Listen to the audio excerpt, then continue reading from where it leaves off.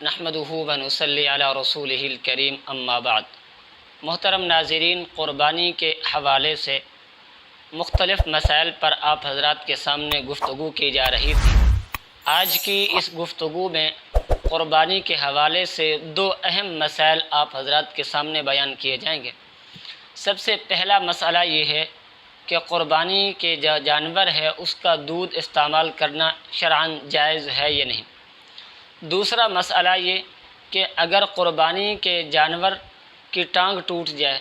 یا اس میں کوئی عیب پیدا ہو جائے تو اس کی قربانی جائز ہے یا جائز نہیں۔ محترم ناظرین، قربانی کے جانور کو قربانی کے ایام سے پہلے خریدنا، اس کی خدمت کرنا، اس کو کھلانا پلانا اور اس کو اپنے ساتھ مانوس کرنا، یہ زیادہ بہترین اور پسندیدہ عمل ہے کہ جانور کو خرید لیا، اس کی خدمت کی جائے، اس کو کھلایا پلایا جائے اور اس کو اپنے ساتھ مانوس کیا جائے، تو یہ زیادہ پسندیدہ اور بہترین عمل ہے۔ اب ہوتا یہ ہے کہ اکثر جانوروں کو جب خریدا جاتا ہے تو ان کے اندر دودھ ہوتا ہے،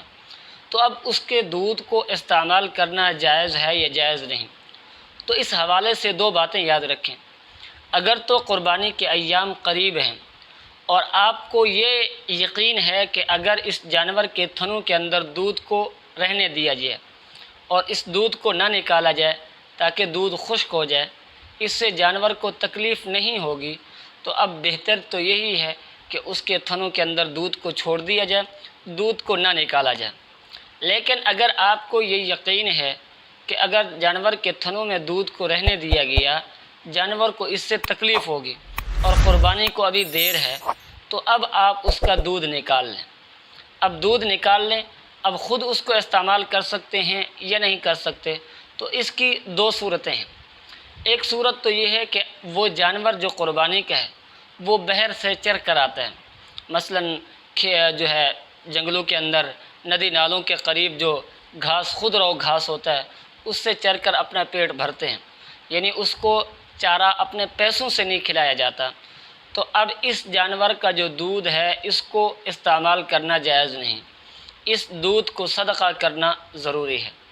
لیکن اگر جانور کو جو چارہ کھلایا جاتا ہے وہ اپنے پیسوں سے خرید کر کھلایا جاتا ہے، اسی طرح اس کے گھاس بھوس کا انتظام جو ہے وہ پیسوں سے کیا جاتا ہے، تو اب علماء کرام نے فرمایا کہ اس پیسوں کے عوض جو خدمت کی ہے، جو اس کو اپنے پیسوں سے کھلایا پلایا ہے، اس کا دودھ استعمال کرنا اب جائز ہے۔ لیکن اب بھی علماء نے فرمایا کہ بہتر یہی ہے کہ اس دودھ کو استعمال نہ کریں بلکہ کسی غریب کو صدقہ کر دیں۔ یہ پہلا مسئلہ۔ باقی رہا دوسرا مسئلہ کہ قربانی کے جانور کی اگر ٹانگ وغیرہ ٹوٹ جائے تو اس کی قربانی جائز ہے یا نہیں۔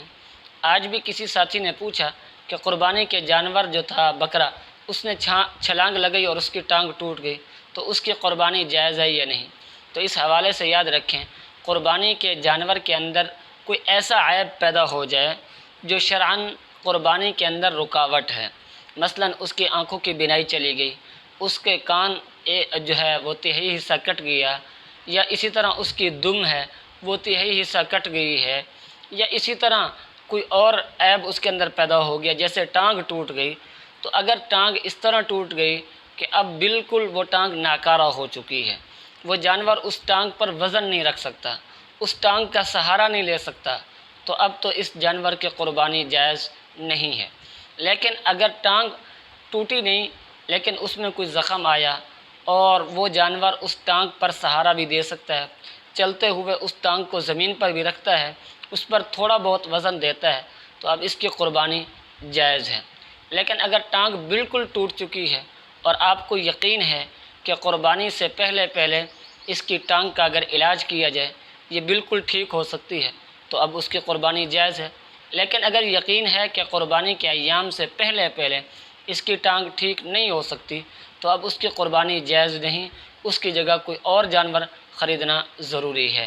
اللہ رب العزت دعا ہے اللہ رب العزت عمل کرنے کی توفیق نصیب فرمائے۔